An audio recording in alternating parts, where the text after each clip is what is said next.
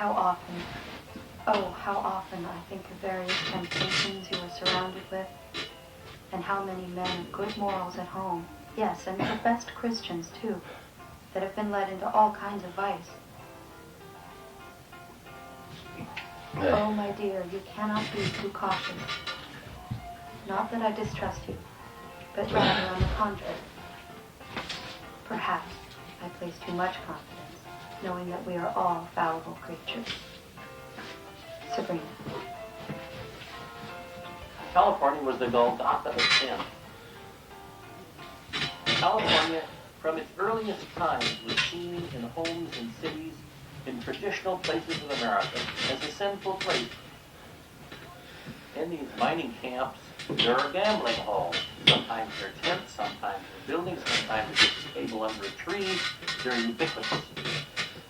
And these gambling halls were places where men by the hundreds and the thousands went to escape their haunting fears that they would now fail. This is where you can make a fortune, having failed on the turn of hundreds and hundreds of shovels. Maybe on the turn of a card, you can make what you failed to make up there in those dirty canyons, in those hot or cold canyons, where you poured your heart out. And you walk into these great big places, and there's excitement, and there's hope, and there's a sense of sin. Mother wouldn't want me to be here. What if Louise knew that I was here? A lot of men, would write home and talk about what was going on as if they hadn't seen it. I've been told what goes on in these gambling halls. Last fall, I was proud of the miners of the body, both for their honesty and their sobriety. But the rapidity with which they have retrograded only proves more clearly the necessity of religious restraint and the great influence of well-organized and moral society. Drinking has become very prevalent, swearing a habitual custom, and gambling has no equal in the annals of history.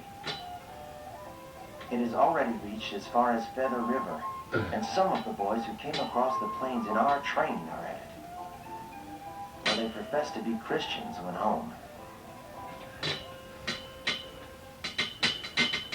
49ers lined up to visit the prostitutes who appeared in the camps within weeks of every age-ago studies.